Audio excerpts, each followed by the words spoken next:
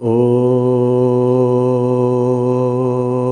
Purnamada Purnamidam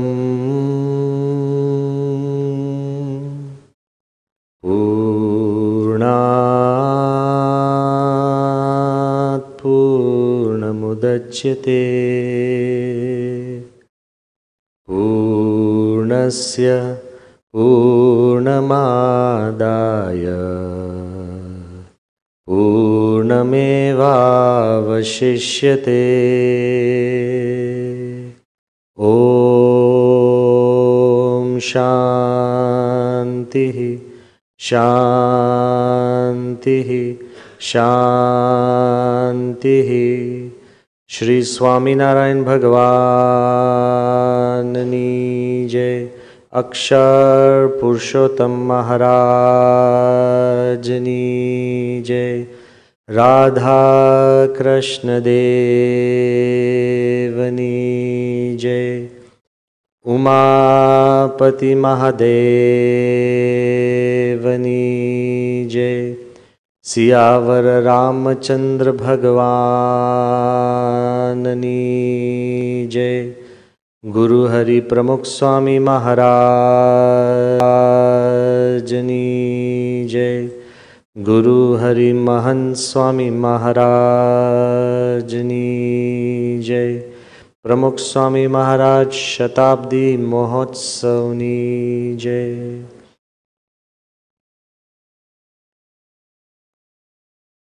In the divine presence of Bhagwan Swami Narayan, in the equally divine presence of my Guru Pramukh Swami Maharaj, Mahant Swami Maharaj, in the revered presence of saints and distinguished guests and members of the Chartered Accountants Institute of Bahrain. In all honesty, I wanted to talk about and explore the topic, the sum of all things, which is man's fascination of finding one answer to all the questions of life. Or perhaps science's pursuit of finding one wonder drug that cures all diseases.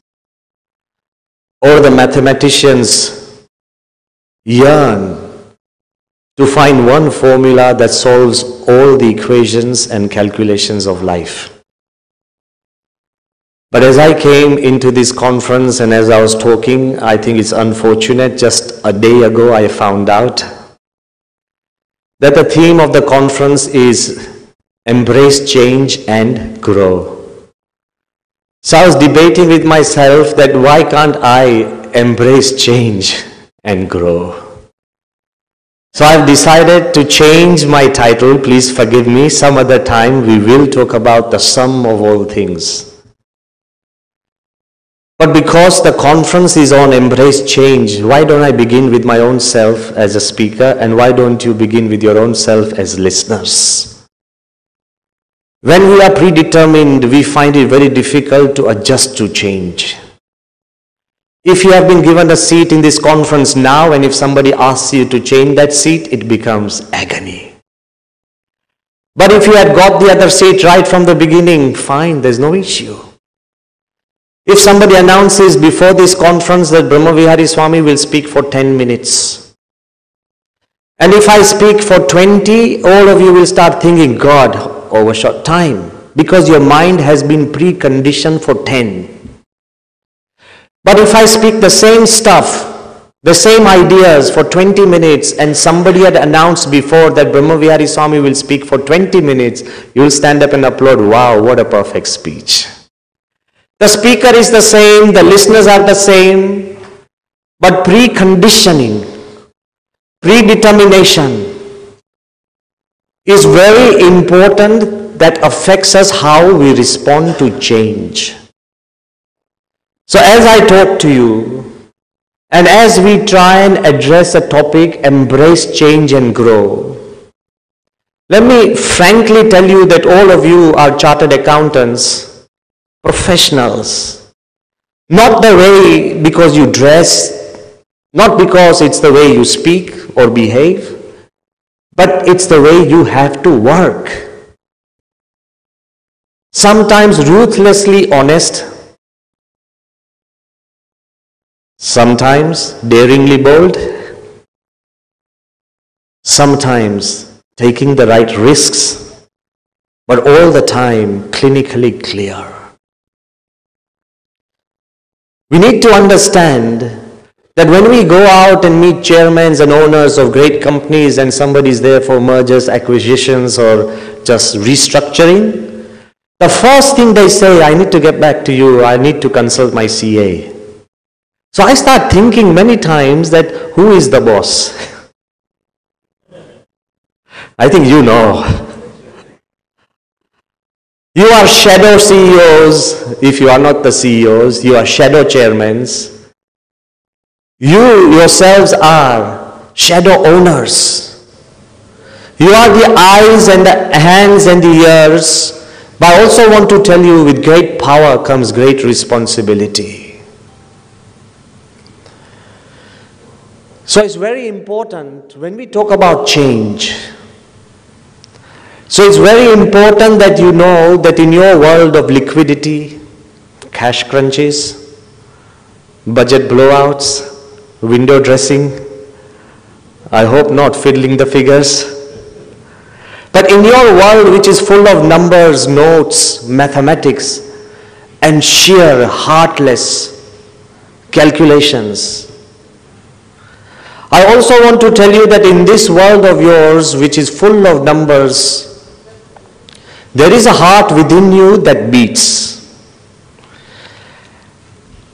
Because you command and control companies and corporations, you should also know that yes, you may control circumstances, but there comes a time when the circumstances start controlling you and changing you as well. And as our accounts in this world have moved from cupboards to computers, from writing books to writing and rewriting softwares, from counting coins to clouding bitcoins, as our world continuously moves, we see there's a rapid change, that we are moving from real wealth to virtual wealth. If you tell me there's no change, nobody in this world is going to believe, because there is a change, and evident change and real change that's happening all around us. And if I would be given a chance to summarize this whole change, moving from hard-core reality and material things to this virtual world that we're moving into, there is also this one danger that this one story will summarize. It's an imaginary story, but the message is real, very real. Once one man who was a professional just like you, I'm not saying you, just like you, all suited, dressed up with a tie, with a bag, he goes to a village from the city. And there he finds a farmer with knee deep in mud, all muck. He's just running around trying to work around his fence of the farm. This urbanite, he goes to that farmer and says, "Hey, howdy." He said, "Fine." He said, "Are you the farmer of this farm?" He said, "Yes." He said, "Well, if I can tell you how large this farm is, and if I can tell you how many cattle you have on this farm, if I can tell you the exact number of bulls, cows and calves, and if I can tell you how much milk you produce every day, would you give me a calf free?" He's making a deal. So that farmer looks at him, he says, "Yeah, okay, go on." Within minutes he brings out, opens his bag, he takes out his laptop, connects his mobile into the satellite, he sends a request, there's a satellite that buzzes around, and one satellite communicates with another up in space. One satellite that's above this farm takes a picture, zeroes in, finds out straight away from the parameters that the farm is about 100 acres big. Suddenly, from all the dots that are on the farm, the ones that are constantly moving are calves. The ones that are gently moving are cows, and the ones that just don't move are bulls. So straight away, within 5 minutes, the satellite sends a signal back to his computer. He takes a printout. He tells the farmer, here, your farm is 100 acres. You have 300 cows, 100 calves, 50 bulls, total 450 cattle, and you produce 6,000 liters of milk every day. Here, these are the facts in 5 minutes. He says, now give me the calf.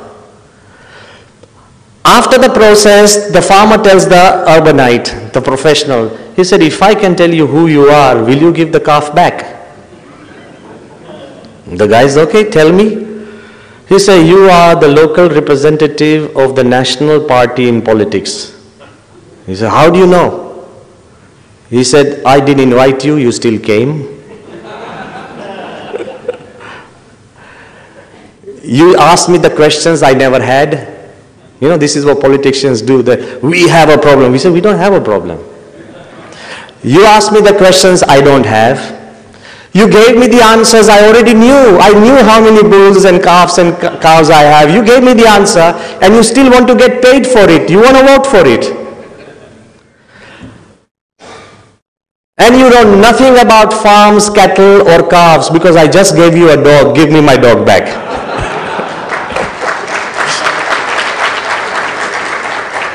In this world of virtue reality, we have lost touch with the truth that we have.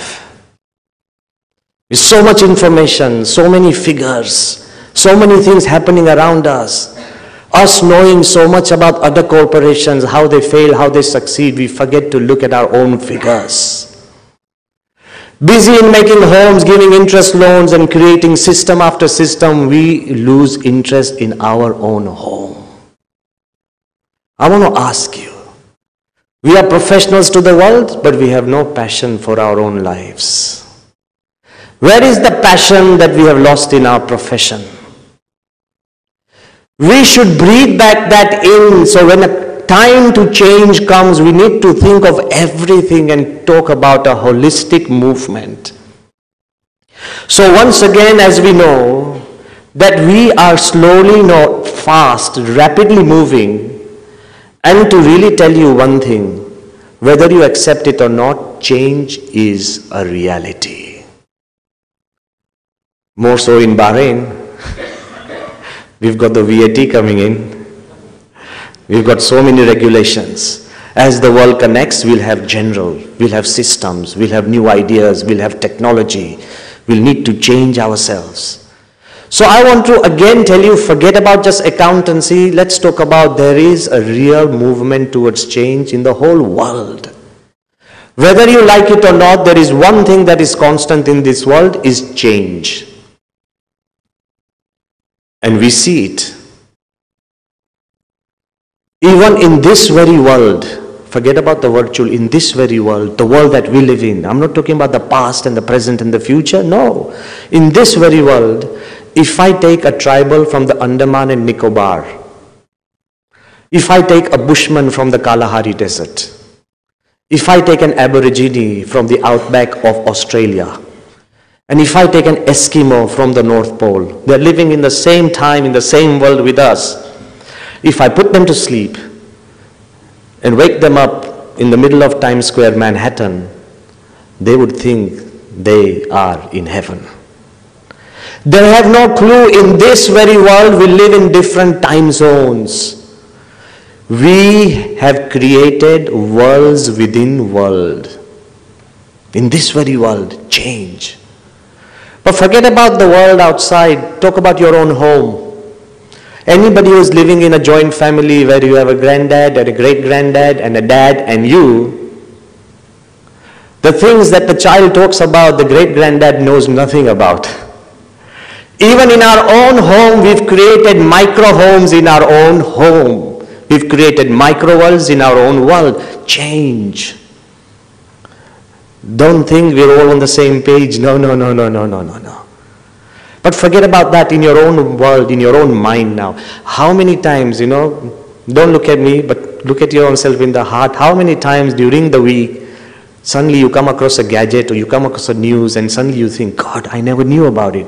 How many times do you really feel outdated? Every time you buy a new version of a new phone, you feel outdated. Because you don't know 90% of the things that are inside the phone. After 2 years, you find out, hey, is there a technique in that? Yeah, fine. You and me are constantly outdated in this world. Whether you change or not is your outlook. But I want to emphasize that change is real and change happens to all of us, and as we live life, it is a must. Our world, from sunrise to sunset, the day changes. From summer to winter, seasons change. From life to death, life changes. And from creation to destruction, cosmos changes. Change is perhaps the most real thing. It's on autopilot. And as if it's being moving naturally. And those of us who resist or refuse to change have a danger of disappearing. I might sound too strong, but as a sadhu, I also want to tell you, if you refuse or resist change stubbornly, then there is a danger of disappearing. Look at life. Go into the genetic world. 99.9% of all the species on this earth, we are constantly worried about saving a species, endangered species, this endangered, this endangered. 99.9% of the species that ever existed on this earth are extinct. 5 billion species have disappeared before we could read the title of the book. We don't even know. These are all combinations that genetics and scientists and zoologists have created. 5 billion species have disappeared on this earth before we could even read the names. Now, let me ask you, from all those 5, they say around 8.7 to a larger figure, let's take a round figure, 10 million species are existing parallelly with us. From 5 billion gone, 10 million, look at the mathematics, you are genius, you would know. That's 0.2%. From that 10 million species which are supposed to exist, man has been able to catalog only 1 million. Only 1 million, that's 0.02% of the species we know, and we still think we are the savior of the world. That's farcical. I'm not here to demotivate you, but I'm here to make you aware of where we stand and what the truth is. So what happened to all these species? Did other species kill them? It's our own pride and arrogance that we think. We see a spider coming around in our own home. The first thing, even a small cockroach, the first reaction of all, especially us, would be to stamp the cockroach out. The cockroach doesn't even know you exist. It's not here to harm you. They don't have a plan that go and let's destroy humanity. No. Do you think the mosquitoes are here to kill you? They are here to survive themselves. You're in the way, so get out. All the species that have disappeared have become extinct because they could not change according to time. And as the world moved on, if you refuse to change, there's a fear of becoming extinct. But then there's a second thing. If change is good, but if we can't change at the right time, you still have the danger of becoming irrelevant. Everybody knows the story of Kodak. I think here, everybody present here, I don't think there's a single person who doesn't know the name Kodak. A giant in the industry of films, photography, whether you call the horizontals or the verticals. A giant. There was a time from 1988, that's where it began. In 1990, when we were also involved in so many creative stuffs in the US, in 1990, Kodak as a film industry owned the market share of almost 90% of what went on in 1990s Kodak, whether it's a camera, whether it's a film, whether it's photography, whether it's small other things, whether it's Polaroid cameras, anything was Kodak, Kodak, Kodak. Do you know what happened? In 1975, one a genius engineer of Kodak. His name is Steve Sasson. He had a brilliant idea of creating digital cameras, 1975. The Kodak industry decided that if he produced digital cameras, it will eat into their own profits because they were ruling the world. So they said, let's not go digital. So they did not. They didn't change. While other companies started changing, and a time came in 2012, Kodak had to file for bankruptcy. They did change, but they didn't change at the right time. Most of us, after being constantly pushed, goaded, then we change. But by that time, it's too late. You know, every time somebody tries to get married and he thinks, oh, this is the right person, and they don't call. And then after 6 months they go, this is too late, they've already married. The world doesn't wait. So of course, change, if you don't, you become extinct, but if you don't change at the right time, you still become irrelevant. But now let me tell you something even more shocking. Even if you do change, and even if you do change at the right time, if you don't change in the right way, it's too late. Who hasn't heard the name of Encyclopedia Britannica? Come on. I want to ask, has everybody in this has heard the name of Encyclopedia? Please raise your hand. So I feel comfortable. Yeah, I'm not a minority. Everybody has heard the name of Encyclopedia Britannica. That was the go for everything you wanted, the pool of knowledge. And everything you wanted to check background, fine. For 244 years, not 124 years, Encyclopedia Britannica ruled the wisdom of the world. And it did change. When the digital age came, they did create multimedia CDs, because I was the one who already had the Encyclopedia Multimedia CDs. But God, when Wikipedia emerged, the world became authors, the world became editors, the world became monitors, and the world became users. Encyclopedia Britannica closed shop in 2014. Change at the right time, in the right way, and at the right instant. I'm asking you to become aware of this idea. Don't just say, yeah, we are changing. If you miss the bus, you're gone. And I also want to emphasize, yes, we do change. We feel that we are changing. But that was in the genetic engineering, that was in the industrial way. But look at the technology that's constantly intruding in your daily life. Technology has created wonders. And change that it has brought your daily life, meaning your way you think, way you behave, way you communicate, way you connect, way you write, way you store information. Look what technology has done. Technology gave power to man to climb down from the treetops and climb the roofs of the skyscrapers. Very simple, I've just painted history. We're at the top, from treetops to the roofs of the skyscrapers. From the confines of the caves to the comforts of the cities. Yes, technology has brought us. And look at what it has done. No animal 5,000 years ago, you know, a lion used to live in a cave. Even now, you leave a lion alone, it lives in a cave. Do you think the bulls and the cows, they've been eating grass for 10,000 years. Do you think they've changed their dishes and different types of grass and Chinese grass and Mexican dishes and South Indian? No. It's the same food. Nothing has evolved in that fashion. And look at man. We've changed.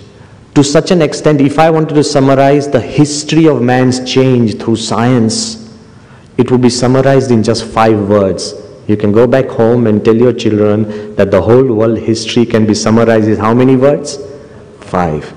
They're not read, they are thought out, and I feel responsible for these 5 words. First, man was nowhere. We were moving in the caves, in the jungles, we didn't have a name, didn't have a place, there was no cities, we didn't have an address. If no caveman said, I live behind that cave on the 4th floor of this 15th cave, no. No interior, no gates, nothing, no gated community. So we were nowhere. Man did not have an identity. We were like animals roaming the jungles and the caves. Nowhere. Then because of our ability to think and change, we arrived somewhere.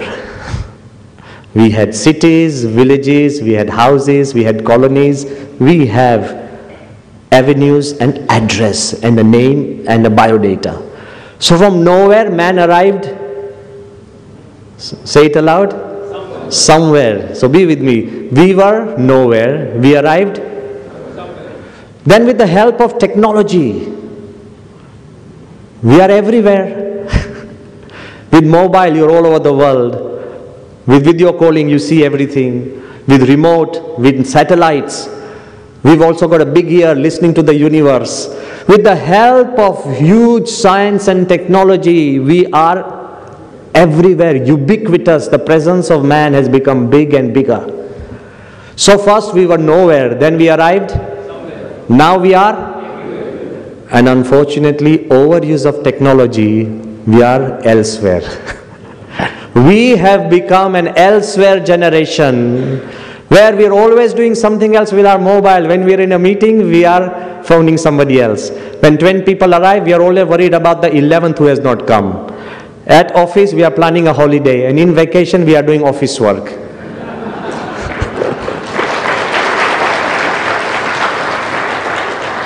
We are an elsewhere generation. In classrooms, kids are doing something else, and we always feel that there is multitasking is a word that we use that makes us elsewhere. We always think there's another task which is more important to do. Your mind is elsewhere. I'm asking you that we've created an elsewhere generation where we always feel that we should be doing something else or we should be somewhere else.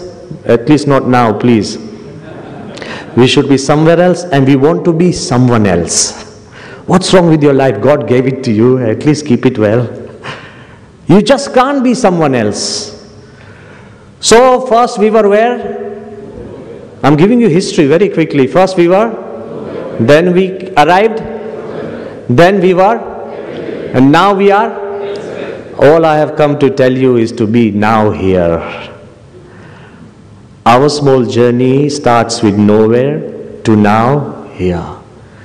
But again, when we see now here the present world that we are in, the present world, yes, the changes have happened, the changes are challenging, the changes will happen. But when we examine the world now here, there's a problem we see. This will help us to guide us how we should change. You know what's happening? Now, today, there's never been a point in history where there have been more peace conferences, preachers of peace, ideas for peace, conventions for peace, programs for peace, treaties for peace. There's never been more peace things, and still the largest industry in the world is armaments. Seriously think about it. Now here, unless we think what's going on now here, we won't find a way out. Secondly, you go out into books and magazines and search on an internet and find research. I have done that and I've found out there's never been a time in history where more books and articles have been written about happiness. More discussions have happened about happiness. We celebrate the happiness day. We have a happiness ministry. We have happiness programs. We have happiness breakthroughs. We have happiness climates. There's never been a time where we have been more aware of happiness. And sorry to say, the best-selling drugs in the world are antidepressants. Fact. You are chartered accountants, you do your math. The highest selling, and somebody in the industry told me, Swamiji, this drug will never have a problem with. The world has a problem with it. We're talking about happiness and look what's happening. We need to examine both ends, like you audit the books. And the figures have to balance. You need to look at the world, we need to look at our life. and make sure that the figures balance. I still want to tell you, let's go ahead. There's never been a time where we have been more freaked out about fitness, diets. And still, if you look at the statistics, we are the most unhealthy, obese society. The cavemen never had problems with their bellies. You see any animal living in you don't see fat lions, come on. Show me one big fat lion, no. And he doesn't read books, he doesn't have freak out exercises, no. What's happening?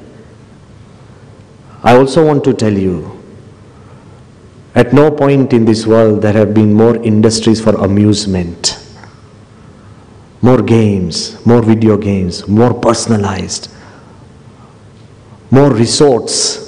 When have they been? Yet we are one of the most bored societies. You ask any man and call him, what are you doing now? They'll say, nothing. Go and try and ask your kid, what's your plan for tomorrow? Nothing. No, be serious. Ask 10 people today, what's happening? What's new? He said, nothing. God, the world is changing and we still think nothing. We've never been in a more bored civilization. I also want to ask you, and I think we should consider this because this is very important, and unless we consider this, we'll never be able to really ask the right questions. Perhaps we are the most connected civilization, whether it's through Facebook, Google, email, WhatsApp. And why is it we feel very lonely? We do. But this question, I believe, because all of you are an understanding audience, I want to ask you, which leaders, which countrymen, which people do not know that pornography is bad? Who doesn't know? Then why does it exist? Ask yourself the right questions. Who doesn't know it's bad? Then why does it exist? We've never really sat down with our own books. We've never really seriously thought about where we want to go. Grow will come later. Change we have to accept, but we should understand and know where we are changing, where we are going. Grow or growth will be incidental. If you're not aware, then you are nowhere. So most important, even in a Google map, when you are trying to search for a location or search for a route, first the Google map tells you, show me your location. If you say, no, I don't want to show you my location, you will never find a way. So in trying to change, we need to first find our location. Where are you? Where do you stand with your family? Where do you stand with your friends, in your business, in the system, in the moral compass? Where do we stand? Until we find and gauge our own location, you will never be able to find a way. You won't know where to go. So I am again telling you the simplest and the most important thing. The change we do welcome. We are not foolish. We know change is important, we welcome. While we love to change, the problem is we don't want to change. Change we all want. Why? What's a vacation? Tell me. A vacation is change of place. You can't have a vacation in your own home. A vacation is just change of place. It's the same family with the same problem, with the same bickering. All of you go to another place and have the same fights. That's a vacation. Because you talk about home, you talk about the past life, you talk about all the grudges. Vacation is just simply a change of place and we feel good about it. Okay, I want to ask you, what's relaxation? Change of activity. The professionals who are all day in the office, for them a boat ride is relaxation. For the fisherman, you tell him, let's go on a boat ride for relaxation. No, I want to go to an office. What's a vacation? Change of place. What's relaxation? A change of Activity, you just do a small different change of activity, you feel relaxed. Now I want to ask you, what's happiness? Change of attitude. You're the same people. If you see all of yourselves as competitors, you won't be relaxed. And if you see all of you today as friends, you'll be relaxed. A simple change of attitude gives you happiness. You don't need wonderful things to bring or breathe back happiness. So then what's meditation? The Hindu scriptures tell us, our spiritual guru Mahan Swami tells us, meditation is change of mindset.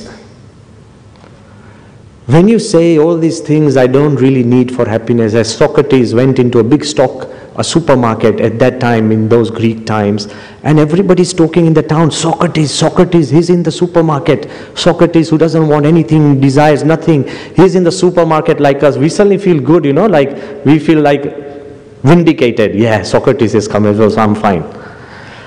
So after 2 hours, Socrates came from the entire supermarket, and the whole people of Athens were waiting for him and said, hey, Socrates, so why were you in a supermarket? With a big smile, Socrates said, I just came to see how many things I don't need.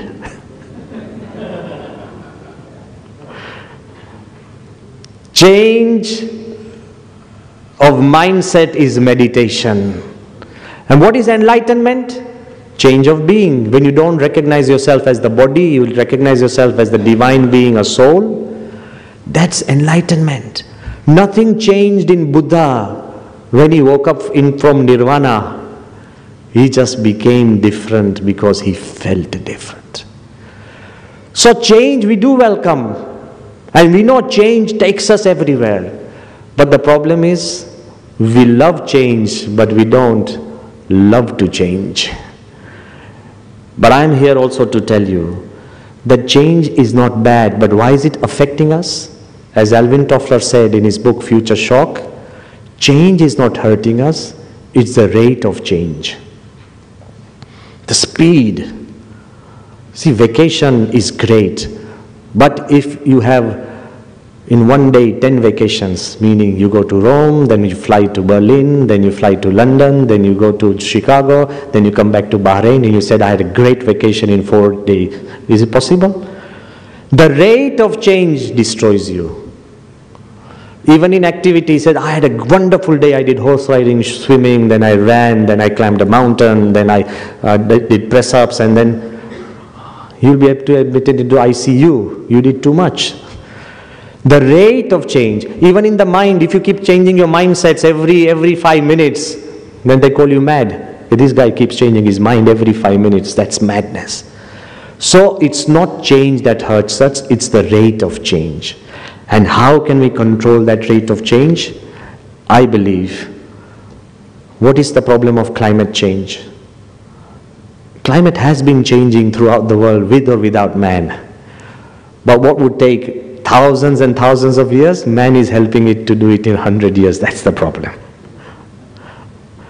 It's like somebody is going to die in 100 years, naturally. And if you just help him die, I think that's murder. You can't. You say, oh, he's going to die anyway. No. So climate change, I'm just trying to put it into perfect perspective. That change happens, but the rate of change is going to be more difficult. So when somebody comes to me, and he says, Swamiji, I think I love to change, but I just can't change my attitudes, my thinking, my skills. I just can't change. I want to tell you something which you can take back home. Whether you like it or not, you are changing, and you can. Talk about your own body. 20 years ago, your face was different, and today your face is different. Forget about 20 years ago. Even in a single day, your face changes many shapes. Either you're sad, you're happy, you're morose, you're lonely, you're depressed. In just one day, your face keeps changing.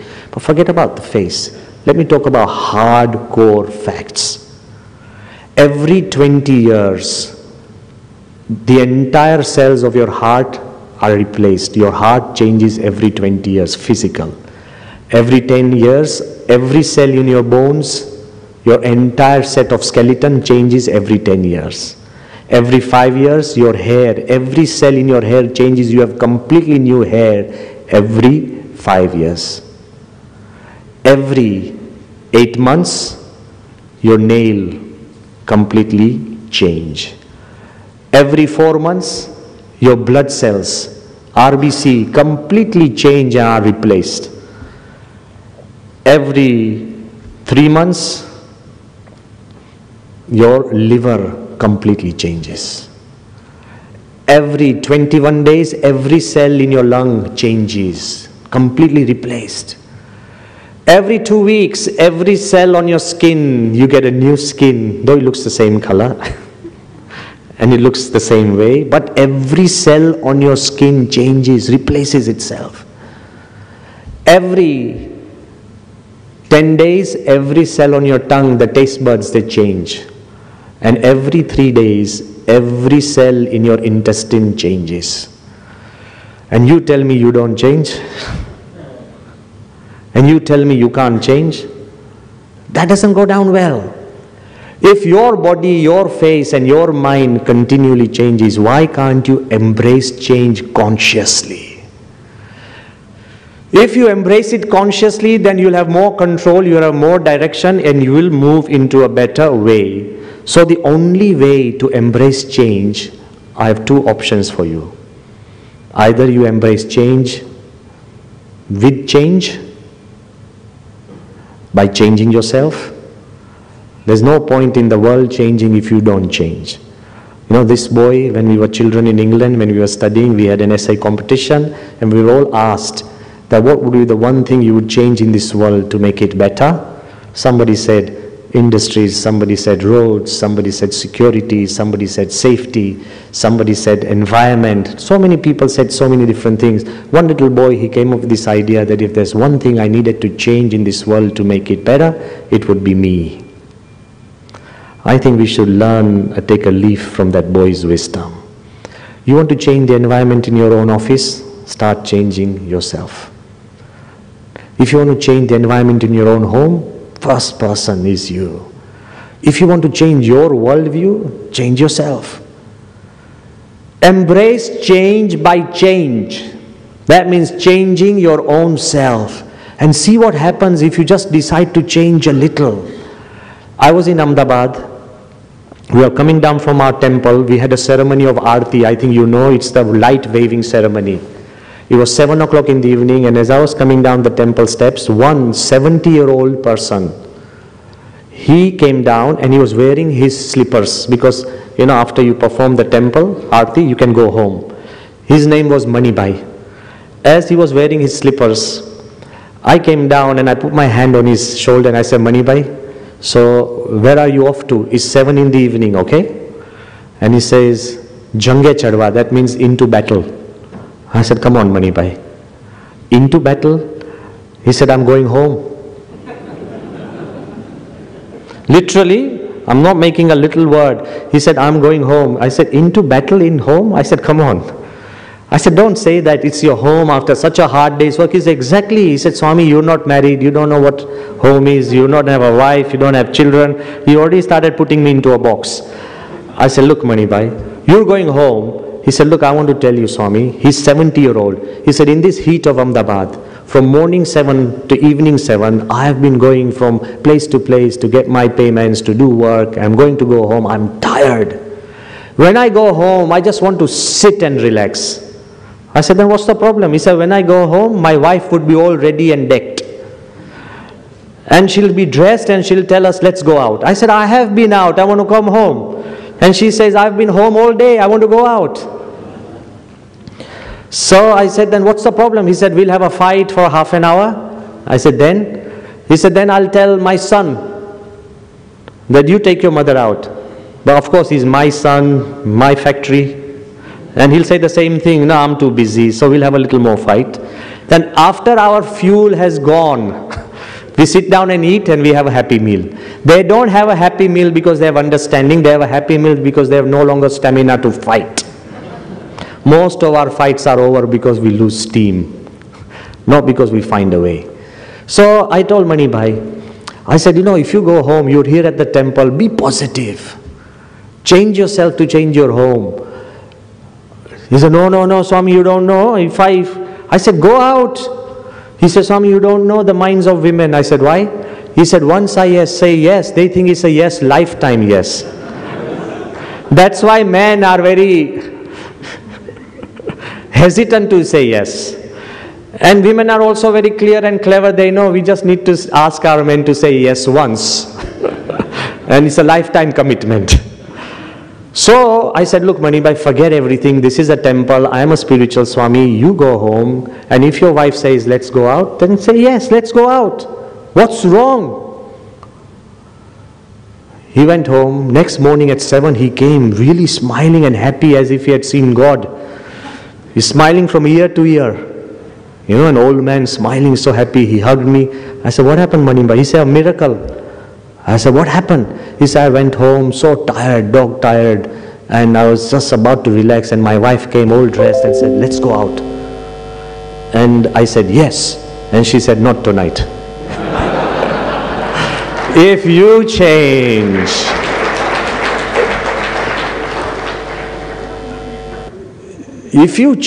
the world changes. Come on. Stop blaming. Stop sulking. If you decide to face change with change and adjust, it was in Bahrain last year when there was a race going on for sailing and all the Gulf countries had participated. I happened to go to the seaside at that time and just the winner emerged. So I went down to congratulate the winner. I have no clue about sailing.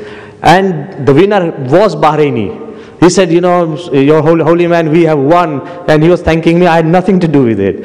But when he came and saw me and I said, you know, I don't have no clue about sailing. You know, what wind is the good wind in sailing? He said, no wind is bad, just no wind is bad.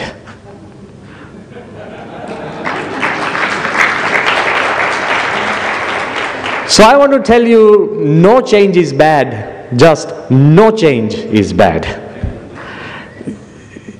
You need to adjust your sails in life. So you want to change the environment home? Change yourself.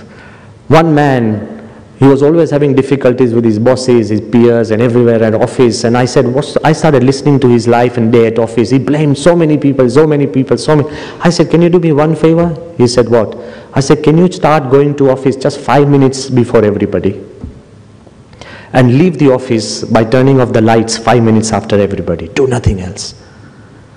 You know what happened? He became the most loved office person in that office. He changed. Because he used to go half an hour late and start blaming people, and he would go half an hour early and start dumping work on others. Why? You want to change the environment of your office, your home, your friends, your place in the world? Change yourself. Do you think we will be able to solve the issue of climate change by treaties and laws and technology? We are fooled. We need to change our lifestyles. If we consume less, there will be less production, less factories, less gases naturally. If we consume less by our own change of lifestyles, there will be less needs. I'll come into your own home and you can show me 1,000 things that you really don't need. They're still there. Let me come and open all the drawers of your dressing table, and there'll be at least 10 old chargers you still keep. You don't need them, huh? They're tangled amongst themselves. You still feel, maybe, they're gone. Everybody will have things. Every Diwali time we actually empty our home and collect a whole thing that we must give up. And then at the end we look at it and say, okay, but still, it's alright, I'll still keep it. How many times we want to clean and clear ourselves? We can't. I am here to tell you that if you want to change, then face change by changing yourself. Changing yourself so far as upgrading yourself through wisdom and knowledge, fine. The second thing I also want to tell you, which is very important, that if you want to change, then there's the other segment I want to add to your list is change without change. Are you with me? There are some things you must change, that is yourself. But there is one thing you should never change, are the set of values that make us human beings. Do not allow any corporation, any company, any gadget, any technology, any environment, any circumstance to change the values that make you and me human. One great man told me that the real danger in this world is not that one day machines will begin to think like man, but one day man will begin to think like machines. When everything to you and me becomes 0 and 1, 0 and 1, 0 and 1, when everything to a chartered accountant just becomes figures, figures and figures and no emotions, when our relationships are just based on ruthless laws and sets laws and subset of laws, no. The biggest danger is this technology will one day make us think like machines, and when you sacrifice the values that made us, you know what happens to big companies, they fall. The best of the best large corporations, when they're not ethical, they fall. The best relationships end up in drastic divorces if they are not based. Even relationships with God, even religious leaders are misguided. Even the so-called moral keepers and the conscience keepers lose road. So I want to ask you that yes, change with change, change yourself, but change without change is never allow the set of values that make you and me human to change. How and why, I would like as a conclusion to tell you, the faster the world moves, as we said, the stronger our roots should be. The more spinning the spinning wheel does, the more stable the core has to be.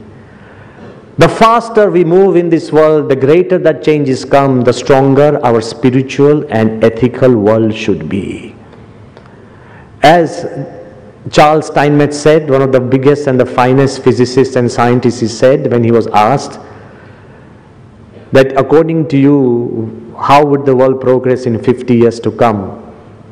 He said in 50 years to come, men and women will realize that material things do not bring us happiness.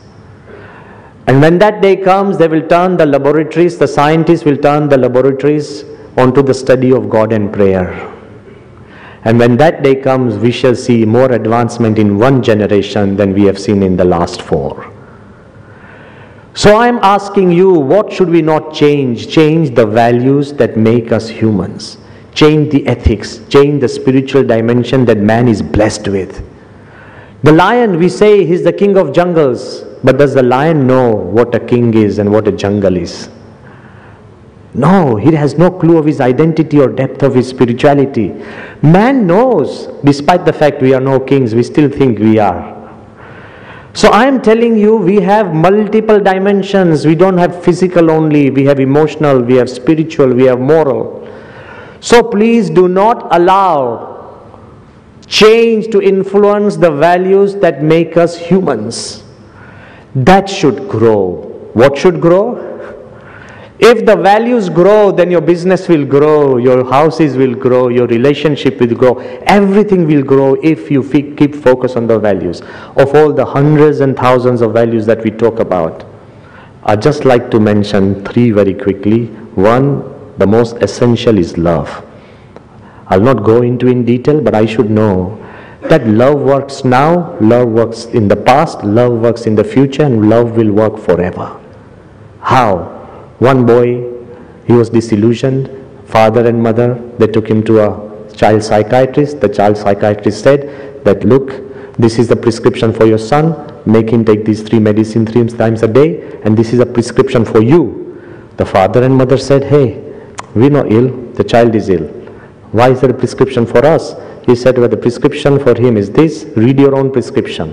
For the parents, they said, 3 times a day, morning, evening and afternoon, give him love, love and love. The parents were wise. They said, what if it doesn't work? He said, double the dose. Love always works. Don't forget to love each other, to spread love.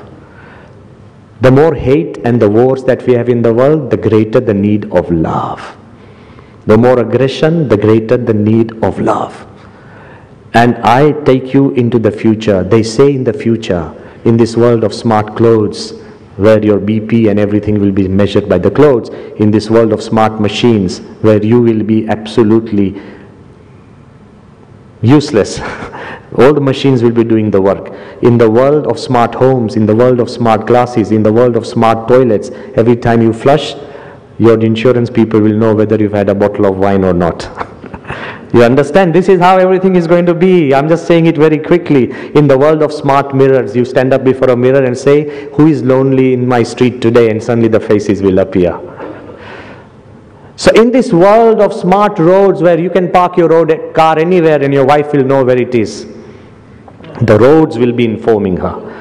So in this world of complete connectivity, they are thinking of making smart toys. You know what smart toys are? At this moment, your children, this is nightmarish. Smart toys, at this moment, your children have idols and icons, who's a cricket star or a music star or a film star, whatever. They stick posters because of their music, their talent, anything. But smart toys will be that the children will be able to download a whole personality into that toy.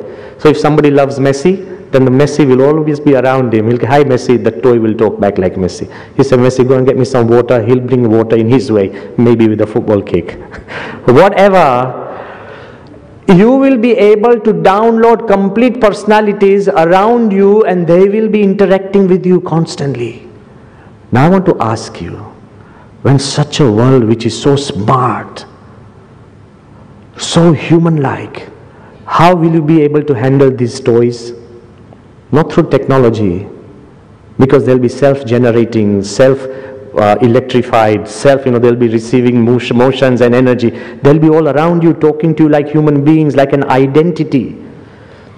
If you ignore them, they will feel neglected. The only way the toys will listen to you is if you, say it aloud, love them. When the computers are smart, your mobiles are smart, when you go out and you just take one computer, the other three will feel sad. Hey, why not me? It's going to be a big problem. You're going into a big world where even technology will have emotions and you can't handle emotions of 6 people on your family. You'll have 20 now. Then nobody will have 5 mobiles. It's very difficult because which one you use is going to determine the attitude of the 4 others. So I want to tell you, there'll come a time when technology will become more human. There again, the only thing that will control technology will be love. Don't lose sight of the values that make you human being. Compassion. Nothing beats compassion. You still have to serve. We are human beings. We have to connect. We have to be compassionate towards everything. As Aldous Huxley wrote, after 45 years of writing books, the famous thoughtful writer, philosopher, almost metaphysical, he wrote books from Brave New World to Island to Moksha. When Aldous Huxley was asked that after your studies of all the cultures, civilizations, philosophies and writing to human beings and mankind, what would be the single advice you give to people? You know what he said? It is becoming increasingly embarrassing for me to tell the civilization, just be a little kinder. When you go home, just be a little kinder. To your own friends, just be a little kinder. To your competitors, just be a little kinder. Can the world today decide and say, change? But let's just be a little kinder, then no change is going to affect us. We need to understand these values, and the last value which I believe, love, compassion and faith. Faith in God. Whichever God you believe in, whatever spirituality you believe in, reaffirm your faith in God. Gandhi never lost a day without prayer. It is this faith in God. They have found Lincoln praying in the middle of war. What did Arjun do to Krishna? Krishna gave the message of Gita in the middle of war. You are not as busy as war. And the world is not changing at the speed of a battle. Even in the speed of a battle, the stability that a person gets is through faith in God. When Dr. APJ Abdul Kalam, the most famous scientist of India, the father of India's nuclear bomb, he was the principal advisor to the Prime Minister of India. When Abdul Kalam, who had 48 PhDs, honorary degrees from 48 universities, that's Kalam, the team builder, the most profound and knowledgeable person who loved India. Look, I've met so many leaders around the world. When I looked into Kalam's eyes, there was so much love for India and humanity, which I have not discovered in hardly anybody's eyes. When Kalam, who was a Muslim, a profound Muslim, just a month before he passed away, he wrote his final book. That book was Transcendence. He wrote this book on our spiritual leader Pramukh Swami, and he described him as his ultimate teacher. Before writing his book, he called his brother, who was an imam in Rameshwaram, and he said, "Is it correct for a Muslim leader to write a book on a Hindu sadhu?" His brother sat in the Fajr prayers, the morning prayers, and he got out of his prayers, the imam, and he told Kalam, "Kalam, this is in your heart, this is truth, and Pramukh Swami is great. Write the book and tell the whole world there is harmony. A way that we can move forward." Kalam wrote that book. But you know why he wrote it? Before he became the president, as the best scientist of India, he had come to Pramukh Swami, and I was always there as a translator, because Kalam did not understand a word of Gujarati and Pramukh Swami never understood a word of English. Imagine, one was a man of science, one was a man of spirituality, one was the most learned scientist. Pramukh Swami had hardly gone to school. So when they were meeting and Kalam laid a plan, now how do you want change to affect you? He laid a plan there. And he said, "Swamiji, 500 thinkers from different fields of the world have got together, and they have thought of ways of how to develop India in 2020. We have identified 5 areas. One area is agriculture, health, communication and information technology, infrastructure, that's roads, hospitals and buildings, and critical technology. That's genetic engineering, nuclear engineering, and things like that." He said, if India grows in these 5 areas, by 2020 we would have the most developed nation. As he laid the plan, I was sitting there. Pramukh Swami, he looked at me and he said, "Tell Kalam there is something missing.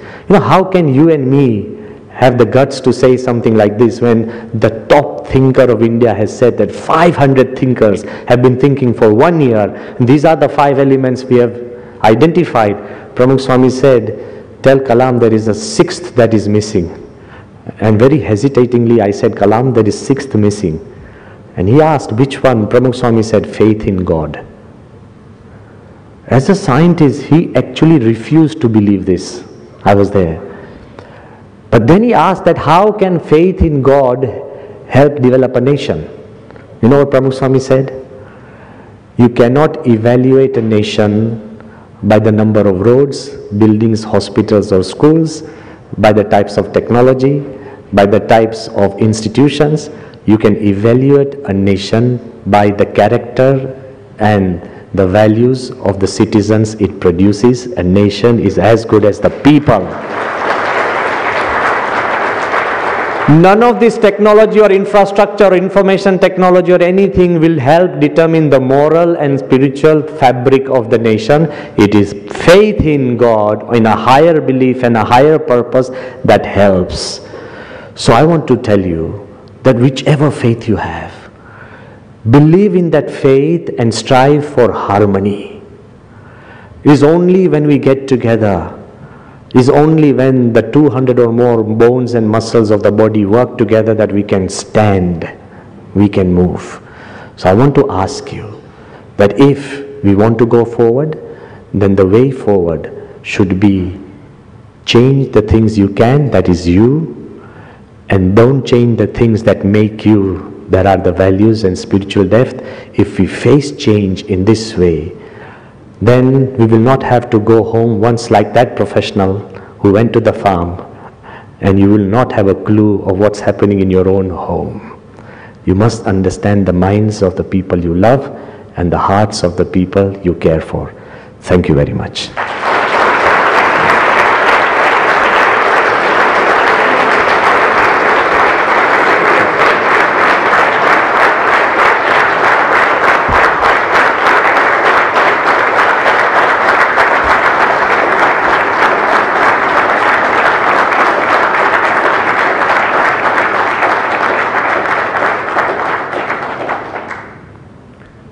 Thank you, Swamiji.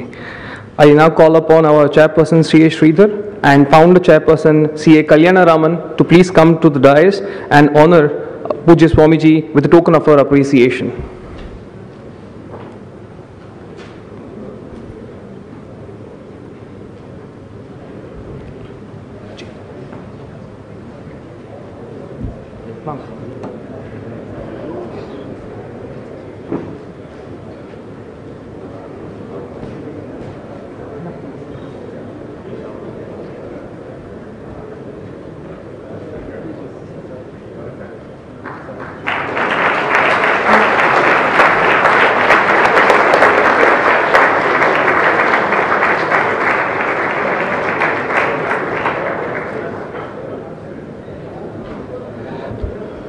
Thank you, C.A. Kalyan Raman. Thank you, C.A. Sridhar. Thank you, Swamiji. Hari Om.